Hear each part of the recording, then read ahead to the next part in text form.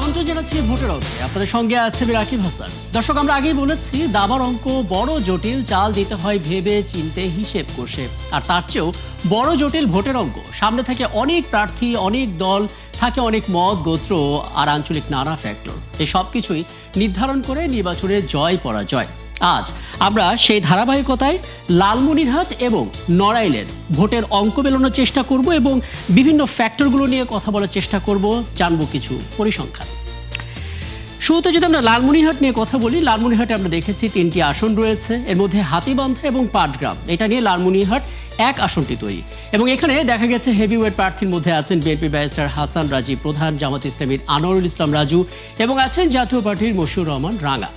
ওদিকে কালীগঞ্জ এবং আদিতমারি, এ দুটো উপজেলা নিয়ে লালমনিরহাট 2 এবং লালমনিরহাট 3 আসনটিতে রয়েছে লালমনিরহাট সদর। মূলত এই যে 3টি আসনের কথা বললাম, সেখানে মোট ভোটার রয়েছেন 11,44,894 জন, যেখানে এখন পর্যন্ত বৈধ প্রার্থী আছেন 22 জন। আমরা মোটামুটিভাবে একটা ধারণা তো পেয়ে গেলাম। এবার একটু বিস্তারিত জানার চেষ্টা করি, আসন ভিত্তিক পরিসংখ্যানগুলো জানার চেষ্টা করি, তাতে করে ভোটের অঙ্ক মেলাতে আসলে সুবিধা হবে। প্রথমত আমরা বলছিলাম লালমনিরহাট এক আসন, এটা হাতীবান্ধা এবং পাটগ্রাম নিয়ে, এবং মোট ভোটার আমরা শুধুমাত্র এই লালমনিরহাট এক আসনটিতে দেখলে সেটা 4,03,161। আমরা নিশ্চিত দর্শক একটা জিনিস আপনাদের চোখে পড়েছে যে এখানে কিন্তু পুরুষের চাইতে নারী ভোটারের সংখ্যাটা বেশি। এবং আমরা যদি হিসেব করি তাহলে দেখা যাচ্ছে প্রতি 10 জন পুরুষের বিপরীতে 11 জন নারী এখানে রয়েছেন। আপনি যদি প্রতি 1000 ভোট কাউন্ট করেন, সেখানে 527 জন পুরুষ পাবেন, নারী পাবেন 527 জন এবং পুরুষ পাবেন 473 জন। অর্থাৎ মোটামুটিভাবে এই 11 জনের নারী পুরুষের একটা পার্থক্য এখানে রয়েছে। 2008 সালের পর আমরা দেখেছি সর্বোচ্চ সংখ্যক ভোটার এখানে যুক্ত হয়েছেন, অর্থাৎ অর্ধেকেরও বেশি ভোটার কিন্তু এখানে 2008 সালের পর। কাজেই বলা যেতে পারে এখানে আসলে তরুণ ভোটারদের একটা দাপট থাকবে। আমরা লালমনিরহাট 2 আসনটা দেখে নিতে চাই। আগে জানিয়েছি কালীগঞ্জ এবং আদিতমারি, এই দুটো উপজেলা নিয়ে লালমনিরহাট 2 আসন, এবং এই সংসদীয় আসনে মোট ভোটার সংখ্যা 4,32,963, যেখানে অর্ধেকেরও বেশি রয়েছে আমরা দেখতে পাচ্ছি তরুণ ভোটার, অর্থাৎ 2008 সালের পর যারা আসলে ভোট দিচ্ছেন। এখানে একটা জিনিস লক্ষণীয়, এখানে নারী পুরুষের সংখ্যা একেবারে 50-50, মানে এটা আসলে খুবই বিরল। খুব কম উপজেলাগুলোতে এরকম দেখা যায় যে নারী পুরুষের সংখ্যা একদম সমান সমান। প্রতি 10 জন আমরা যদি ভোটার এখানে বিবেচনা করি, অন্তত 4 জন আমরা তরুণ ভোটার এখানে পাবো। এবং বোঝাই যাচ্ছে আমরা যদি 1% ভোটও এখান থেকে কাউন্ট করি, সেটার সংখ্যা দাঁড়াবে 4,330 ভোট। তার মানে আমরা যদি মোটামুটি হবে 4,32,000 ভোটারের সংখ্যাটা আমাদের মাথায় রাখি। সবশেষ লালমনিরহাট 3 আসনটা একটু দেখে নিতে চাই। আগে জানিয়েছি এটা সদর আসন, এবং এই সদর আসনের যে ভোটার সংখ্যা সেটা আবার আগের দুটো আসনের চাইতে কিছুটা কম, 3,07,000 কিছু বেশি, প্রায় 3,08,000-এর কাছাকাছি, যেখানে আমরা 35% দেখতে পাচ্ছি তরুণ ভোটার। এখানে একটা জিনিস আসলে চোখে পড়ার মতো, এখানেও নারী পুরুষের যে সংখ্যাটা সেটা সমান সমান, অনেকটাই জেন্ডার ব্যালেন্সড একটা উপজেলা রয়েছে। এবং আমরা যদি ব্যবধানটা হিসেব করি, দেখা যাচ্ছে সেই ব্যবধান মাত্র 366, অর্থাৎ নারী পুরুষের এই যে ব্যবধান 366, এই 366 ভোটই কিন্তু পাল্টে দিতে পারে এই সংসদীয় আসনের ফলাফল। আর তরুণ ভোটার যেহেতু 35.63%, বোঝা যাচ্ছে আমরা প্রতি 3 জন ভোটারের মধ্যে একজন করে তরুণ ভোটার পাচ্ছি। মোটামুটিভাবে আমরা লালমনিরহাটের 3টি আসন নিয়ে একটা ধারণা পেয়ে গেলাম, এবং এখন এই জায়গা থেকে একটু আলাপ করতে চাই। ভোটের যে নানা ফ্যাক্টরগুলো আছে, যে বাস্তবতাগুলো আছে, সেগুলো নিয়ে কথা বলতে চাই। লালমনিরহাট থেকে যুক্ত হচ্ছেন আমাদের সহকর্মী সামিউল ইসলাম পাটোয়ারি মিলন। সামিউল ইসলাম, আপনাকে আমন্ত্রণ জানাচ্ছি ভোটের অঙ্কে, এবং আপনি আসলে ধারাবাহিকভাবে প্রতিবেদনগুলো তৈরি করছেন। এলাকার সংকট, ভোটারদের প্রত্যাশা, প্রার্থীদের প্রচারণা, সব কিছুই আপনার সেই প্রতিবেদনে উঠে আসছে। ঠিক এই মুহূর্তে যদি আমরা এই লালমনিরহাটের 3টি আসন বিবেচনা করি, কোন সংকটটা আসলে সবচাইতে বেশি আপনার চোখে পড়ছে, যেটা দিয়ে আসলে প্রার্থীরা ভোটারদেরকে আকৃষ্ট করতে পারে? এবং প্রার্থীদের কথাগুলো একটু জানতে চাই, তারা মূলত কোন কোন প্রতিশ্রুতি দিচ্ছেন? জি, ধন্যবাদ। তবে লালমনিরহাট যে 3টি আসন রয়েছে, সেখানে প্রায় যে ভোটার সংখ্যা রয়েছে, এর মধ্যে সবচেয়ে নির্বাচনী যে মানে যে সমস্যাটা, সেটি হচ্ছে বড় একটা সমস্যা দেখা দিয়েছে যে তিস্তা নদী অঞ্চলে তিস্তা মহাপরিকল্পনা যে সরকার বাস্তবায়ন করবে, যে তিস্তা মহাপরিকল্পনা যে প্রতিশ্রুতি দিবে, যে তিস্তা মহাপরিকল্পনা তারা ক্ষমতায় গেলে বাস্তবায়ন করবে এবং তিস্তা মহাপরিকল্পনা বাস্তবায়িত আশ্বাস দিলে প্রায় অনেক অংশে যে সমস্ত ভোটাররা রয়েছে তারা এই প্রার্থীর প্রতি আকৃষ্ট হবে এবং এখানে ইপিজেড সংখ্যা নেই। এছাড়াও যে বিভিন্ন প্রকারের স্বাস্থ্য সেবা এবং অন্যান্য কর্মক্ষেত্রে এখানে কোনো প্রকার ব্যবস্থা নেই যে যুবকরা যেখানে কর্মস্থানে যাবে। আর অন্য দিক দিয়ে বুড়িমারি স্থলবন্দর থাকলেও সেখানে সেরকম আপনার ব্যবসা বাণিজ্য হচ্ছে না। যে সমস্ত যত 3টি আসনে এখানে বড় ফ্যাক্ট হচ্ছে যে তিস্তা, যেমন এখানে প্রায় 284 কিলোমিটার তিস্তা রয়েছে, ধল্লা রয়েছে, যে এই সমস্ত লোকের যে যারা আশ্বাস পূরণ করবে এবং আসলে বাস্তবতা তো আপনারও ভালো জানবেন। আমরা দেখতে পাচ্ছি তিস্তা যেহেতু অনেক বড় ফ্যাক্টর এখানে, অন্তত এই বিষয়টাতে সমস্ত প্রার্থীরা একমত। তারা আসলে যতভাবে ভরসা দেওয়া যায় ভোটারদের সেই কাজটা করবেন। লালমনিরহাট 1 আসনটা একটু বলবেন। মশিউর রহমান রাঙ্গার কথা শুনতে পাচ্ছি, জাতীয় পার্টি থেকে তিনি এখানে আসলে নমিনেশন পেয়েছেন এবং অন্যান্য প্রার্থীরাও এখানে আছে, তাদেরকে মাঠে দেখেছেন আপনি প্রচারণায়। জি, লালমনিরহাট 1 আসনে যে নির্বাচন করার মতো একটা প্রার্থী রয়েছে সেটি হচ্ছে ব্যারিস্টার হাসান রাজীব প্রধান। উনি 2018-তে নির্বাচন করেছিলেন সেখানে।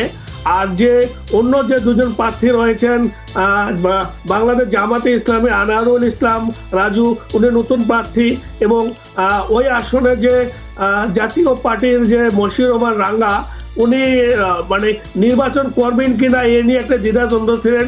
এর কারণ উনি ছিলেন গঙ্গাচড়ায়। লালমনিরহাট ওই আসনের প্রতি তার একটা সেরকম একটা দখলত্ব নাই।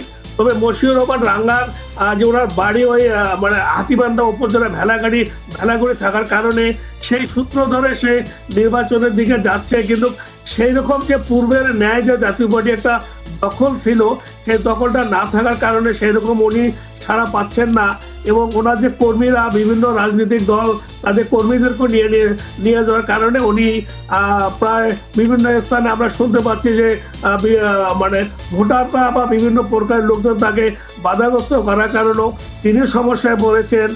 আর বুঝতে পারছি নানামুখী বাস্তবতা এখানে আছে।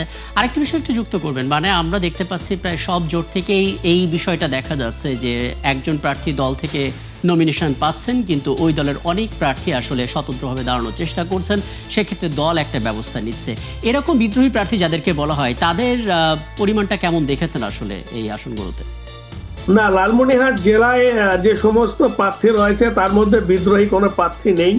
3টি আসনেই বিএনপি প্রার্থী 3 জন রয়েছে। আর প্রথম পেটে রয়েছে অধ্যক্ষ আসাদুল হাবিব দুলু, উনি রংপুর বিভাগীয় বিএনপি সাংগঠনিক সম্পাদক, লালমনিরহাট 3 আসনে, এবং উনি 2001 সালে উনি এখানকার সংসদ সদস্য ছিলেন এবং উপমন্ত্রী ছিলেন। আর লালমনিরহাট 2-এর মধ্যে যিনি 2 জন যে প্রার্থী রয়েছে, 2 জনের নতুন প্রার্থী। তো রুকনউদ্দিন বাবুল গত নির্বাচন 2018 নির্বাচন করেছিলেন, উনি 79,000 ভোট পেয়েছিলেন। আর পরবর্তীতে যে লালমনিরহাট যে 1 আসন, সেখানে প্রায় বিএনপির কোনো প্রতিদ্বন্দ্বী প্রার্থী নাই, মানে এছাড়া জাতীয় প্রতিদ্বন্দ্বী মানে বিদ্রোহী প্রার্থী নাই, এবং অন্য দলগুলোতে সেখানে কোনো বিদ্রোহী প্রার্থী নাই। অনেক ধন্যবাদ সামিউল ইসলাম পাটোয়ারি মিলন। তার মানে বোঝা যাচ্ছে বেশ পরিচ্ছন্ন একটা নির্বাচন, এখানে সবকিছু ঠিকঠাক থাকলেই হবে, কারণ লালমনিরহাটে কোনো বিদ্রোহী প্রার্থী নেই এবং প্রত্যেকটা প্রার্থী যারা আছেন তারা বেশ দায়িত্বের সাথে স্বতঃস্ফূর্তভাবে তারা আসলে সে প্রচারণার কাজটা করতে পারছেন। এবং তিস্তা অনেক বড় ফ্যাক্টর, অন্তত এর সমস্যা সমাধানের একটা ভরসা দিয়ে ভোটারদের মনোযোগ আকৃষ্ট করার একটা সুযোগ তারা নিশ্চয়ই নেবেন। অনেক ধন্যবাদ, নিশ্চয়ই আরও কথা হবে। দর্শক, আমাদের সঙ্গে ছিলেন লালমনিরহাটের সহকর্মী সামিউল ইসলাম পাটোয়ারি, এবং আমার হাতে নড়াইলে তথ্যগুলো রয়েছে এবং সহকর্মী আজিজুল ইসলাম তিনিও অপেক্ষা করছেন। ছোট্ট একটা বিরতি নিচ্ছি ভোটের অঙ্কে, ফিরছি একটু পর, তারপর আলাপ করবো, সাথে থাকবেন। ধন্যবাদ সাথে থাকার জন্য। ভোটের অঙ্কে রাকিব হাসান আরও একবার আমন্ত্রণ জানাচ্ছি। বিরতির আগে আমরা কথা বলছিলাম লালমনিরহাটে পর্যায়ে নড়াইল নিয়ে একটু জেনে নিতে চাই। নড়াইলে মোট 2টো সংসদীয় আসন রয়েছে, এর মধ্যে কালিয়ায় উপজেলা এবং সদরের অর্ধেক অংশ নিয়ে নড়াইল 1 আসন, অন্যদিকে লোহাগড়া এবং সদরের বাকি অংশ নিয়ে নড়াইল 2 আসন।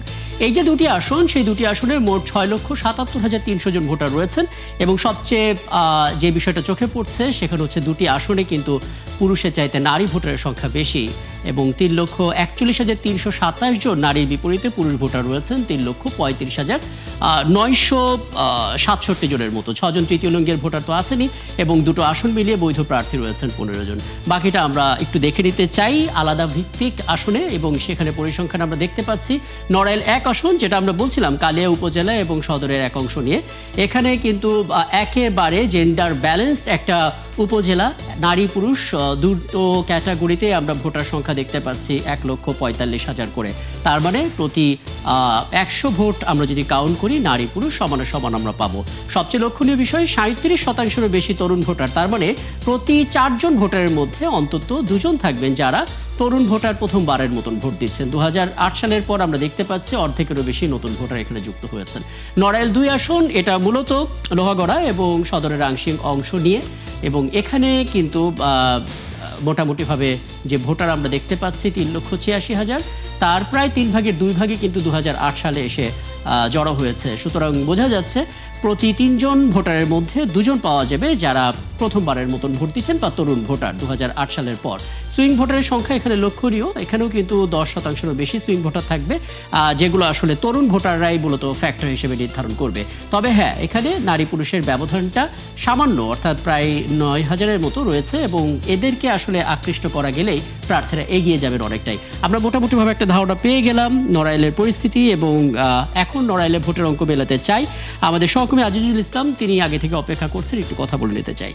আজিজুল ইসলাম, আপনাকে আমন্ত্রণ জানাচ্ছি ভোটের অঙ্কে। আমরা নড়াইলের বিভিন্ন আসন ভিত্তিক পরিসংখ্যানগুলো দেখছিলাম এবং দুটো আসন মিলিয়ে আমরা দেখতে পাচ্ছি পুরুষের চাইতে নারী ভোটারের সংখ্যাটা বেশি। কাজেই প্রার্থীরা নারীদের আকৃষ্ট করার জন্য, নারী ভোটারদের আকৃষ্ট করার জন্য নানামুখী প্রতিশ্রুতি তো দেবে। সেই জায়গা থেকে আসলে কোন কোন সংকটগুলো আসলে রয়েছে যেগুলো নিয়ে আসলে প্রার্থীরা কাজ করতে পারেন, প্রতিবেদন তৈরি করতে গিয়ে আপনার কাছে কি মনে হয়েছে? রাকিব, ধন্যবাদ আপনাকে। আসলে নড়াইল 1 এবং 2 আসন দুটি একটা ভিন্ন ভিন্ন দৃষ্টিকোণ থেকে দেখলে বোঝা যায় যে নড়াইল 1 কিন্তু আসলে নড়াইল এবং কালিয়ায় যে সংযোগ সড়ক আছে, সেই সংযোগ সড়কের মাঝখানে একটা 12 ঘাটে একটা ব্রিজ আছে। সেই ব্রিজে উপরে 8 বছর হয়েছে আসলে সেখানে সেই ব্রিজটাই এখনো পুরোপুরি নির্মাণ হয়নি। এখানে ভোটারদের কাছে প্রধান আকর্ষণ কিন্তু আসলে এই যারা স্থানীয় যে নড়াইল যে ভোটার যারা আছেন তাদের কাছে প্রধান সমস্যা হয়ে দাঁড়িয়েছে এই ব্রিজটা অতি শীঘ্রই নির্মাণ করা হোক, এবং সেটাই তাদের কাছে প্রধান চাহিদা বলে মনে হচ্ছে। আর নড়াইল মূলত আছে, নড়াইল জেলাটা আছে মূলত কৃষিভিত্তিক একটা এলাকা। এখানে বড় বড় শিল্প কারখানা এখনো গড়ে ওঠেনি, এখানে বেশি নগরী নাই। বিশেষ করে নড়াইল থেকে এখন বর্তমানে ঢাকায় যেতে মাত্র 2 থেকে 2.5 ঘন্টা 3 ঘন্টা সময় লাগে, অথচ যোগাযোগ ব্যবস্থা উন্নত হওয়া সত্ত্বেও কিন্তু সেইভাবে আসলে নড়াইলে এখনো কোনো শিল্প উন্নত বা শিল্প এলাকা হিসাবে গড়ে ওঠেনি, বা কোনো এখানে বেকার সমস্যাটা আসলে অনেক বেকার সমস্যা আছে। আর এখানে মহিলা ভোটারের কথা যেটা বলছিলেন, আসলে আমি প্রতিনিয়ত যে নির্বাচনী যে প্রচারণা অভিযান চলে সেখানে আমি দেখছি যে সেখানে জামাত ইসলাম বলেন কিংবা ধানের শীষের বিএনপি বলেন, সমস্ত নির্বাচনেই কিন্তু আসলে মহিলাদের অংশগ্রহণ বা মহিলাদের মিছিলে অগ্রভূমিকা থাকার একটা বড় অংশই কিন্তু এখানে আছে আমি এবং দেখছি। এবং এখানে মহিলাদের অংশগ্রহণটা যে এত স্বতঃস্ফূর্তভাবে, এটা আসলে কল্পনীয় করা যায় না, বা তাদের করা মানে বেশ স্বতঃস্ফূর্তভাবে তারা সেই মিছিলে আসে, অংশগ্রহণ করে এবং নির্বাচন প্রচারের অভিযানে তারা অংশগ্রহণ করতেছে। এটা স্বাভাবিকভাবে আমরা আসলে দেখতে পাচ্ছি যখন পুরুষের চেয়ে নারী ভোটারের সংখ্যা অন্তত 7,000-এর মতন বেশি হচ্ছে, তার মানে মিছিলে বলুন কিংবা প্রচারণার ক্ষেত্রে ভোটারদেরকে গুরুত্ব দেওয়ার ক্ষেত্রে নারীদেরকে সবারই আগে অগ্রাধিকার দেওয়া হবে, এটা স্বাভাবিক একটা ব্যাপার। কিন্তু আমরা দেখতে পাচ্ছি দুটো আসন হলেও 6 লক্ষের ওপরে এখানে আসলে ভোটার রয়েছেন, 15 জন বৈধ প্রার্থী রয়েছেন। মূলত নারীদেরকে যদি গুরুত্ব দেওয়া হয়, নারীদের সংকটগুলো আসলে কি রয়েছে এখানে? এবং আমরা এর আগে যখন লালমনিরহাটের আসনগুলো দেখছিলাম সেখানে কোনো বিদ্রোহী প্রার্থী ছিল না, এখানকার পরিস্থিতি আসলে কি? আসলে নড়াইল 2-তে এখন যে এখানে বিএনপি থেকে প্রার্থী হিসাবে আছে এজেটেম ফাহাদুজ্জামান, এবং তারপরে তার বিপরীতে আছে নড়াইল জেলার সাবেক বিএনপি সাধারণ সম্পাদক সম্পর্কিত তাকে কেন্দ্র থেকে বহিষ্কার করেছে মোহাম্মদ মনিরুজ্জামান আছেন, এবং জামাতের আতর রহমান বাচ্চু আছেন।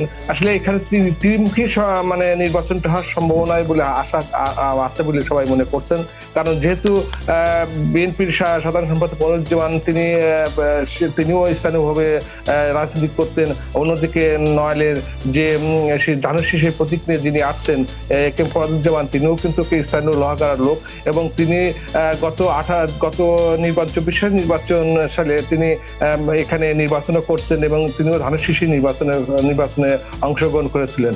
যে কারণে আসলে এখানে নির্বাচনে উভয় ক্ষেত্রে আমরা কিন্তু ধানুশীষ বলেন আর দাঁড়িপাল্লা বলেন আর মনিরুল ইসলামের পরশ যেখানে যায় না কারণ সেখানে আসলে মহিলারাই কিন্তু অগ্রণী ভূমিকা পালন করছে বলে আমি দেখছি। এবং আমরা যে আরেকটা বিষয় একটু বলবেন, যেটা আসলে আমরা কম বেশি আসন ভিত্তিক আলোচনাগুলোর ক্ষেত্রে জানার চেষ্টা করি, সেটা হচ্ছে সংখ্যালঘু সম্প্রদায় যাদেরকে আসলে আলাদা করে গুরুত্বপূর্ণ ফ্যাক্টর হিসেবে বরাবরই আমরা ভোটের অঙ্ক করার সময় ধরে রাখি। নড়াইলে আসলে তাদের অবস্থানটা কেমন এবং তাদেরকে আসলে কতটা ভরসা দিতে পারছে প্রার্থীরা? এখানে নড়াইলে যে প্রার্থীরা আছে তারা কিন্তু নড়াইল মূলত হিন্দু অধ্যুষিত এলাকার বাংলাদেশের মধ্যে যে কটা আছে সেটার মধ্যে একটা প্রধান এলাকা হিসাবে চিহ্নিত করা হয়। এখানে অনেকে হিন্দু ভোটার আছেন। এখানে কিন্তু আসলে যে যারাই নির্বাচনে অংশগ্রহণ করছে এবং ভোটার অভিযান চালাচ্ছে তারা সকলেকেই কিন্তু তাদেরকে আশ্বাস দিচ্ছেন যে আপনারা নির্বাচনে ভোট দিতে আসেন এবং আপনাদের নিরাপত্তা দেওয়া হবে, আপনাদেরকে আপনাদের মানে কোনো তাদের উপর যদি কোনো রকম অত্যাচার বা কোনো রকম কোনো ন্যায় বিচার অন্যায় না হয় সেই দিক থেকে কিন্তু সমস্ত প্রার্থীগণই তাদেরকে আশ্বাস প্রদান করতেছেন এবং তাদেরকে ভোটের দিন ভোট দেওয়ার জন্য আসার জন্য অনুরোধ করতেছেন। এবং আশা করা যাচ্ছে যে নড়াইলে এই হিন্দু সম্প্রদায়ের লোকজন তারা স্বতঃস্ফূর্তভাবেই 12 তারিখে ভোট প্রদান করবে বলে সকল প্রার্থী আসলে এখন এই মুহূর্তে এই প্রত্যাশায় হয়তো থাকবে। এবং অনেক ধন্যবাদ। আমি জানি আপনার নজর আছে এই নড়াইলে এবং আপনার কাছ থেকে আমরা ধারাবাহিকভাবে প্রতিবেদন পেতে থাকবো। ধন্যবাদ যুক্ত হওয়ার জন্য। সহকর্মী আজিজুল ইসলাম আমাদের সঙ্গে যুক্ত হয়েছিলেন এবং তার মাধ্যমে আমরা আসলে নড়াইলের ভোটের অঙ্ক মেলালাম এবং এর আগে আমরা লালমনিরহাট নিয়ে কথা বলছিলাম।